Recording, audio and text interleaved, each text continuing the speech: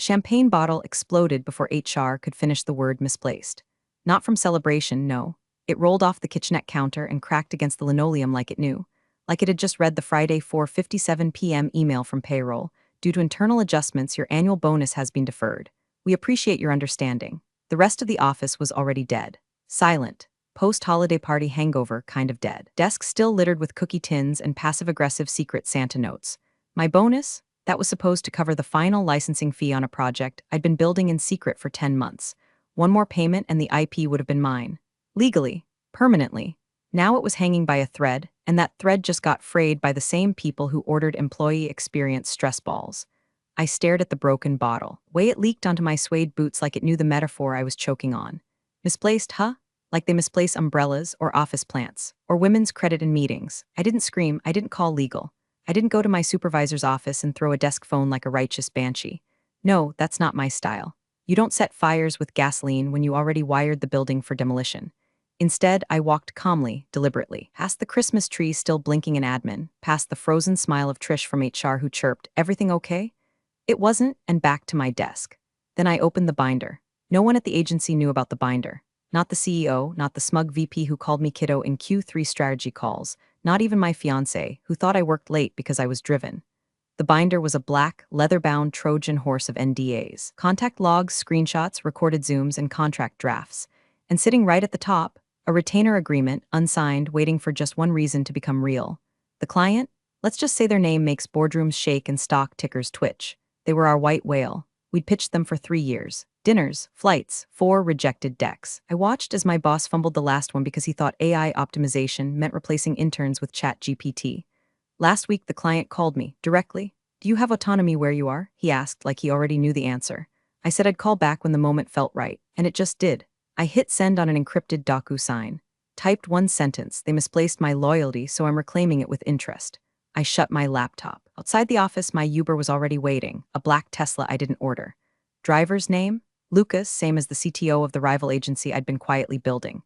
He didn't say a word, just smiled like he knew, because he did, because this wasn't plan B. This was the plan all along. By Monday morning, they were bleeding. Not literally, though based on the CEO's face during the emergency all-hands, someone might have checked for coronary. The Slack channels started popping at 6:42 a.m., a full hour before I normally got in. Did we lose X Corp? Someone whispered in BizDev. Then someone else posted the email, an official termination notice from X Corp's legal team, cold as concrete, addressed not to our firm but to me, at my new business email. That's when the panic hit full saturation. I wasn't there to see it. I was in a different office, one that still smelled like paint and fresh plywood, one that had a couch I picked out from an estate sale and a coffee machine that didn't feel like a war crime. Lucas had taken me straight there Friday night after the bonus stunt. We worked through the weekend, finalizing contracts, onboarding X Corp's assets, migrating the ad spend behind a wall they couldn't breach without setting off alarms. By sunrise Monday, we were real. Registered, banked, staffed. At 8:13 a.m., my ex-boss Mark called, didn't answer. He tried again at 8:16, 8:21, then a text, "You've made a serious mistake. We can fix this, but you need to call me back now. Fix this. Oh, honey, you don't fix what's already been dismantled. Quietly, legally, deliciously."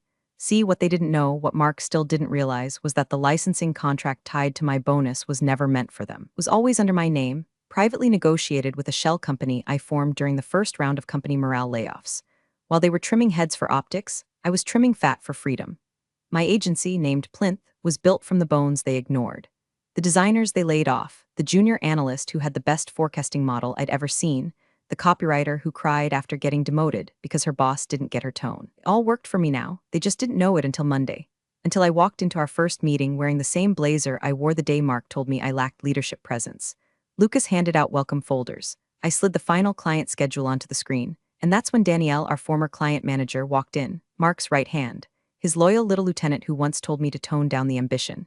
She smiled, set her coffee down. Surprised, I nodded, not at all, because I knew exactly what she saw in their backend last week. I knew about the overbilled hours, the fake engagement metrics, the line items padded like a trust fund brat's resume. I'd fed them to her. "Mark's gonna lose his goddamn mind," she whispered with a grin. I leaned in, he already did. At 10:04 a.m., I got a calendar invite from Mark. Subject, coffee, just 10 minutes. Location, 3rd floor. Our usual table. Note, no hard feelings, just want to talk. Classic, the friendly ambush maneuver. The same one he used on laid-off employees 2 years ago, smiles over cappuccinos, HR lurking nearby like vultures in Lululemon. But this time, there was no severance package waiting. I was the one holding the knife, and he still thought it was a handshake. I clicked accept. 10 minutes later, I walked through the revolving glass doors of the agency I'd ghosted 48 hours earlier. They were already peeling off the X-Corp logos from the lobby wall, like removing a tumor. I didn't speak to the receptionist, didn't check in, just gave her a nod. She flinched like I was a ghost carrying lawsuits. Mark was waiting at our table, pretending to scroll his phone. Double espresso in front of him. No drink for me. Of course not. That was the tell. He wasn't here to talk. He was here to record. I sat, didn't take off my coat. You really went through with it, he said, voice tight. I raised an eyebrow. You thought I was bluffing? I thought you were smarter than this, he said. Do you understand what you've done? I leaned forward, rested my elbows on the table. You mean, do I understand that I took the one client that paid for 40% of your operations, convinced half your best staff to jump ship, and launched a competitor in 72 hours? He blinked, swallowed. You don't win this way, he said. You think they're loyal to you?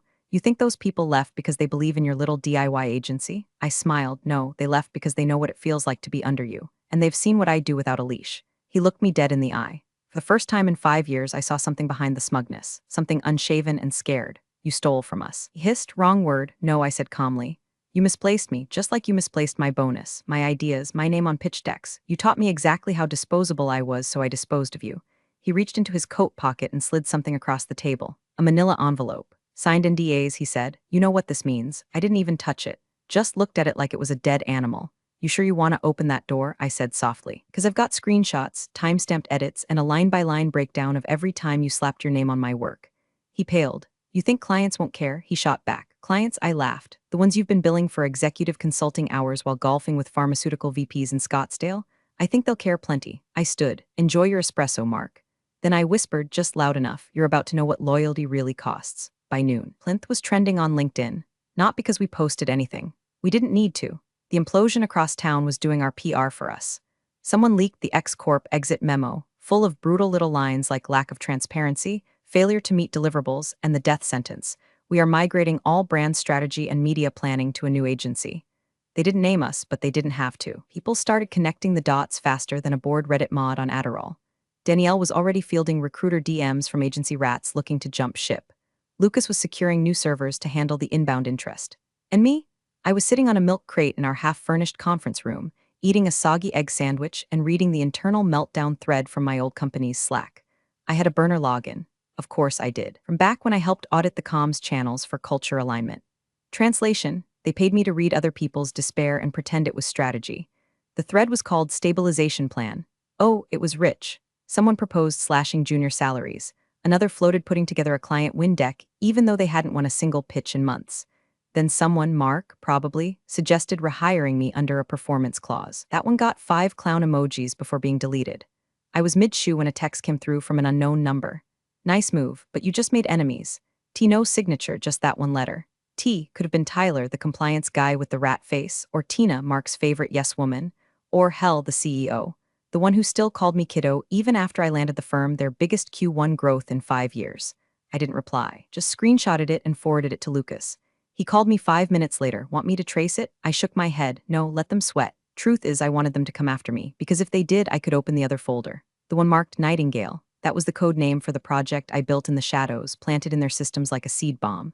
A full client risk analysis of their portfolio, not just X-Corp, but every vendor, every account, every whisper of fraud, oversight, negligence. I used their tools to build the bullet that would gut them. I didn't plan on using it, not yet, not unless they went nuclear first. But Titak's message felt like a spark. Meanwhile, Danielle burst in from the hallway out of breath. You need to see this, she said, tossing her iPad onto the table. It was a video from X-Corp's internal town hall. Someone had leaked it to Reddit. The coup, red-faced and panicking, was trying to explain why their marketing pipeline had vanished overnight. Then one of their senior VPs stood up and said, loud and clear, if she built it and we lost her, what the hell did we expect to happen? The room went silent. Then the video cut. Danielle grinned like she'd just watched a wedding proposal at a funeral. You want me to post it? She asked. I took a long sip of coffee. Let the silence stretch. Not yet, I said. Let them wonder who else is about to leave next. The first lawsuit didn't come in an envelope. It came as a calendar block. Tuesday morning, 7:00 a.m., an urgent alignment meeting sent from Tina Reeves, VP of Internal Affairs, the same woman who once told me to smile more on Zoom so I'd seem less aggressive during client calls. Location, neutral site. Translation, legal ambush with muffins. I didn't decline. I forwarded it straight to my lawyer, Keisha Alvarez, a one-woman wrecking crew with the kind of smile that makes opposing counsel ask to reschedule. She showed up in a cobalt suit and 6-inch heels that clicked like a metronome for fear. We walked into that glass cube conference room like it was a runway. Tina was already there, flanked by 2 lawyers in wrinkle-proof startup suits and zero charisma. Her smile, powdered sugar on arsenic. "Let's keep this civil," she said, folding her hands like a sitcom mom about to disown her child. Keisha didn't sit. She dropped a single thumb drive on the table.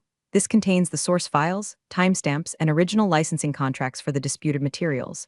My client built them off-platform, on personal time, using personal equipment. You're welcome to challenge that if you enjoy losing in federal court."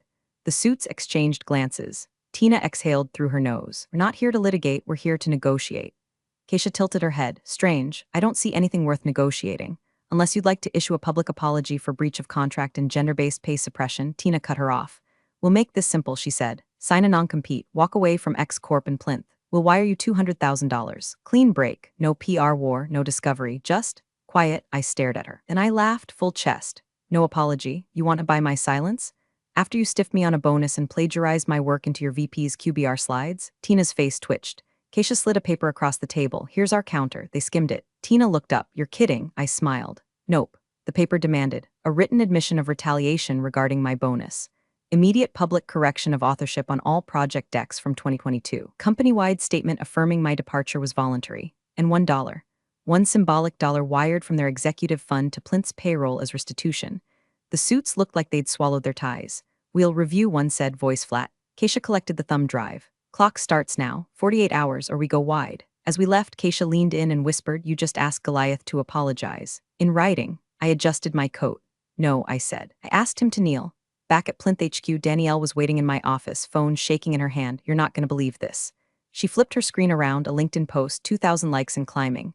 Mark had just announced a rebrand, new slogan, new logo, new mission statement, all lifted word for word from the internal deck I'd left behind on purpose. Bait. Lucas walked in behind her, grinning. "You ready?" he asked. I raised an eyebrow. "For what?" He turned the monitor toward me. "We had a new client, not just any client. Mark's wife's wellness company. She just signed the contract," Lucas said. "Apparently she found your original strategy deck in his Dropbox and said, 'I want her.'"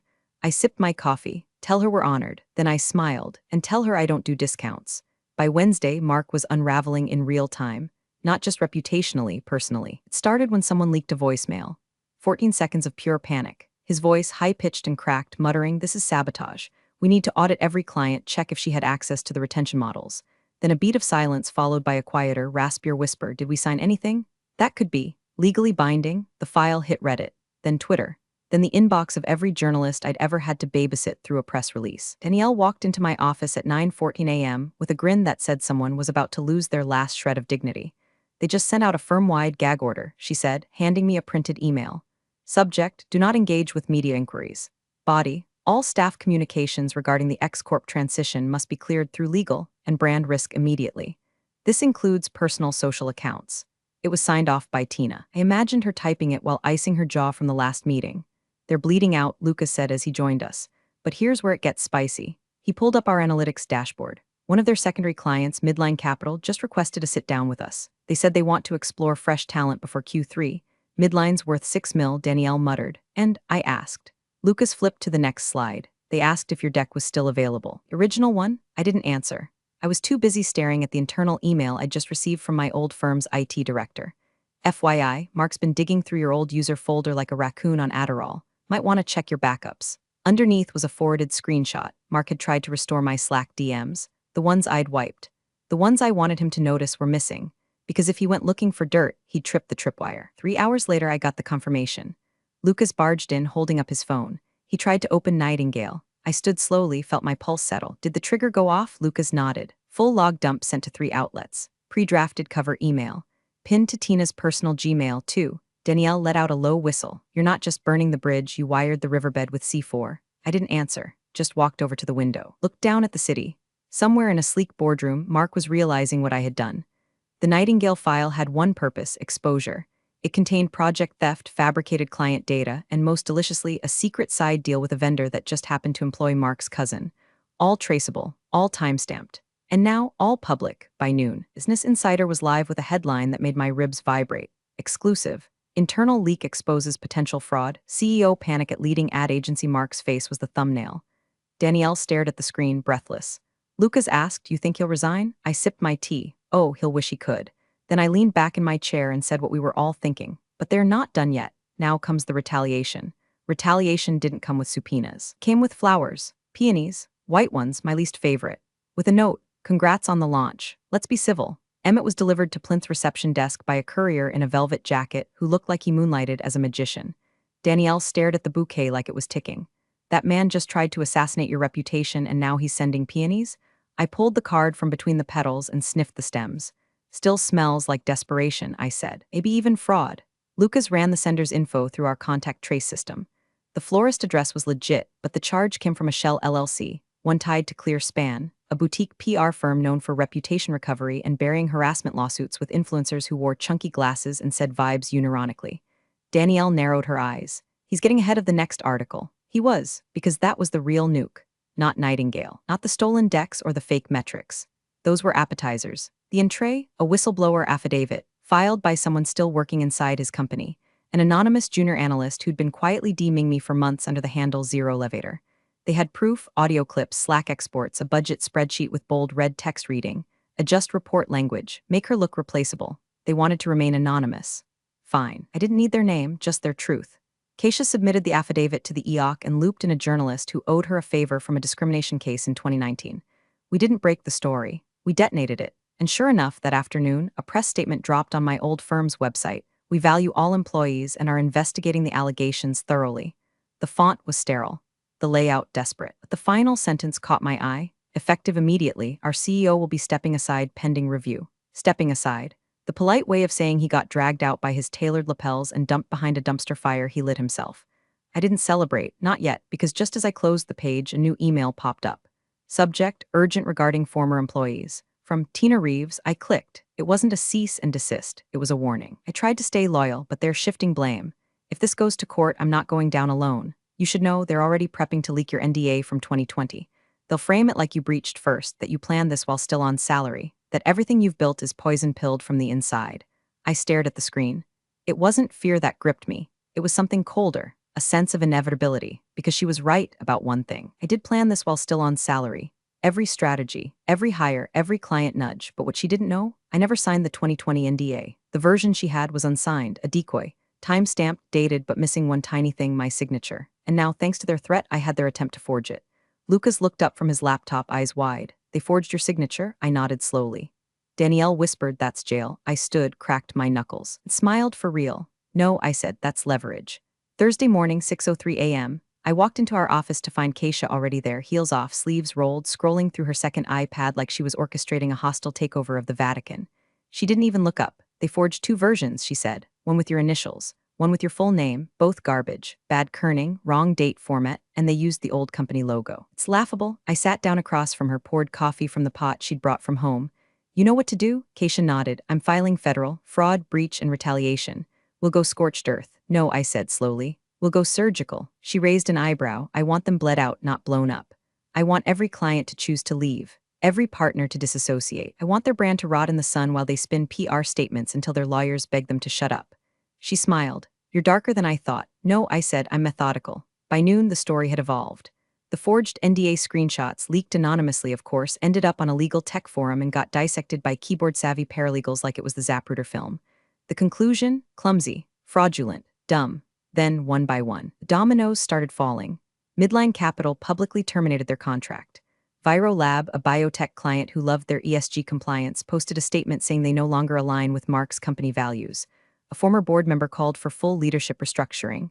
And Tina, she jumped ship. Sent me a final email. I was loyal to the wrong people. I've attached everything I know. You'll find the good parts on page 6. Enjoy. She was right. Page 6 had the kicker. An internal memo from last year where Mark bragged about undercutting female leadership salaries to preserve margin optics. That was the nail.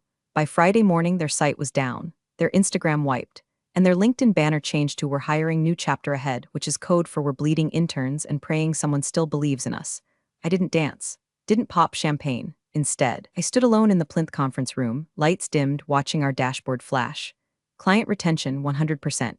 Growth trajectory obscene. Press inquiries 47, all asking for comment from me. I gave none because sometimes the loudest statement is silence backed by results.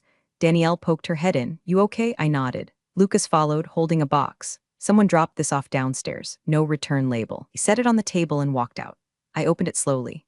Inside, a torn manila envelope, shredded pieces of a forged NDA, and a $1 bill. Crisp, clean, no note, no apology, just acknowledgement. I stared at the bill for a long time. Then I took it, walked to our office corkboard, and pinned it dead center beneath a sticky note that read, "Value accurately reflected. War over. Empire standing." And this time, my name was on every damn door. Thanks for joining the revenge party, you wise rebels. Subscribe for more tales. Let's keep the office gossip hotter than a fresh pot.